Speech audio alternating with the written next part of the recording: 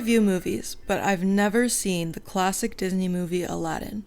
I finally sat down and watched it, and I think my child self would have really enjoyed it. It's magical and has a great soundtrack. That's coming from someone who doesn't like watching musicals. I'm probably basic though, because A Whole New World is my favorite. For this video, I'll be looking into Aladdin's character in relation to psychology and philosophy. Aladdin underwent so much emotional turmoil and pain. He discovered true love, but was also kidnapped, thrown into jail, and the antagonist tried to murder him on multiple occasions. At first, I was annoyed that he kept lying to Jasmine about his identity, covering up the fact that he was the poor boy she met at the marketplace. I couldn't understand why he wouldn't open up with her about this secret until I realized his motivation to be seen as Prince Ali. I realized he didn't just want to be Prince Ali for Jasmine, but also for himself. He wanted to embody good yet powerful qualities that the ideal prince figure would have.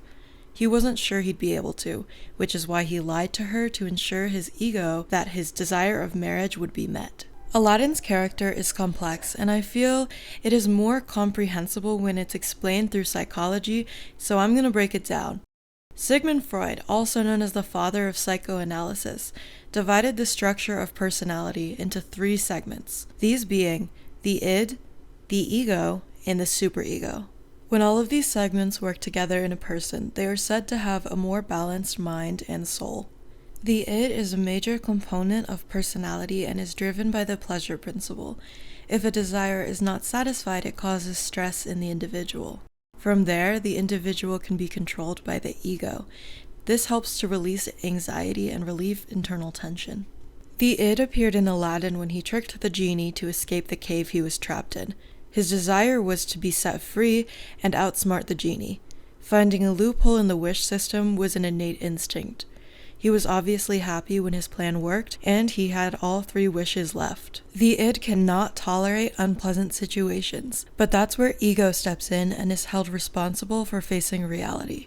The ego works to meet the needs and desires of the id in an appropriate way.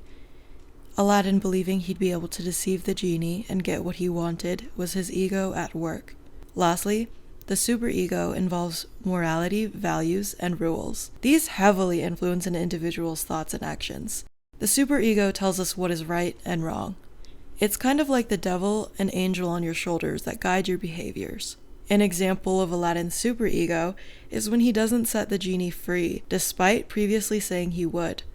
Aladdin is visibly distraught, and he then attempts to rationalize taking back the promise he made to the genie. He knew he couldn't lie about being Prince Ali without the help of the genie. So, through selfish desires, he protected his ego while fearing the consequences of being discovered for who he really is. He broke away from his ego when he set the genie free in the end, rather than choosing to use his 3rd wish to become Prince Ali again, just so he could marry Jasmine.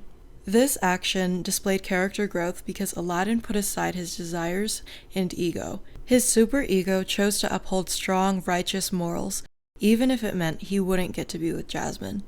He found peace in himself, though, with whatever happened to them next. Luckily, he proved his worth to Jasmine's father, and they were able to end up together after all. Thanks to Aladdin's honesty and bravery, he didn't have to rely on the genie, and he didn't have to lie to Jasmine. He no longer had to hide or feel ashamed of himself, and he still got his desires satisfied. Aladdin's transformation took place for the entire duration of the film, which left the audience interested the whole time and brings them a sense of fulfillment and closure at the end. I liked this movie and thought the themes and messages were good. With an emphasis on the power of authenticity and self-discovery, we learn that love, honesty, and kindness are the way to go and provide better outcomes than arrogance, dishonesty, and greed. What do you think about this? Share in the comments below and I'll be sure to reply. If you like this video, please like, subscribe, and check out my other videos. More content to come. Thanks for watching.